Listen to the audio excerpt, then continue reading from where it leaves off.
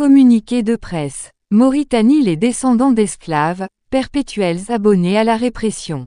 L'initiative de résurgence du mouvement abolitionniste, IRA, dénonce, avec vigueur, l'arrestation et l'emprisonnement durant la matinée du 8 avril 2025, du camarade Mohamed Samba Messara, conseiller municipal, adjoint au maire de Teyaret, commune de Nouakchott.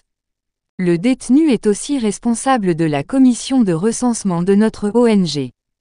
Conduit à la prison civile de Nouakchott, selon la procédure de flagrance, il lui est reproché d'exprimer son opinion, par vidéo, lors d'un rassemblement statique de soutien à la blogueuse et journaliste, Warda Mintamed séquestrée, depuis le 1er avril courant, dans l'établissement carcéral de la capitale réservé aux femmes.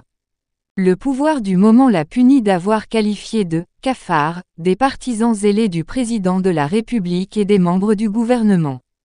Il y a lieu de noter que des laudateurs zélés de l'entourage du chef de l'État, du Premier ministre et du président de l'Assemblée nationale, ont toujours traité le député Biram Daeb Ide, leader de l'IRA, de singe, d'âne ou de chien. Aucun de leurs mentors ne s'est ému de l'outrance, ni n'a incliné à sa réprobation, même allusive. Pourtant, chacun des insulteurs stipendiés agissait et agit encore, à visage découvert. Mohamed Samba, lui, est l'auteur de la découverte des 450 000 pièces d'identité, retenues par l'Agence nationale du registre de la population et des titres sécurisés, ANRPTS, afin d'entraver le vote de nombreux Mauritaniens de caste ratine, titulaires d'une citoyenneté au rabais.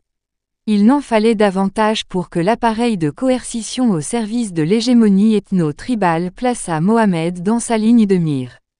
L'IRA rappelle combien la liberté d'expression constitue un droit fondamental de l'individu, même lorsqu'elle prend une forme critique ou satirique à l'égard des figures dont l'autorité découle du suffrage universel et, in fine, de l'opinion des citoyens.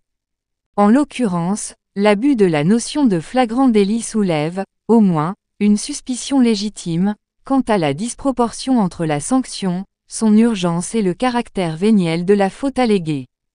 Comme d'habitude, le réflexe du sommet de l'État consiste à museler toute voix dissidente, avant de se raviser, piteusement. La République islamique des amateurs est devenue une idiocratie, dangereuse pour elle-même. Machine de corruption, d'incompétence et d'impunité, sa nuisance publique n'est plus à démontrer.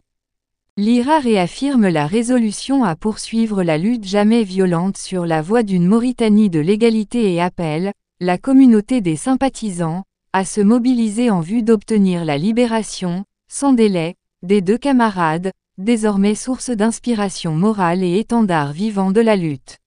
Nouakchott, 9/4/2025.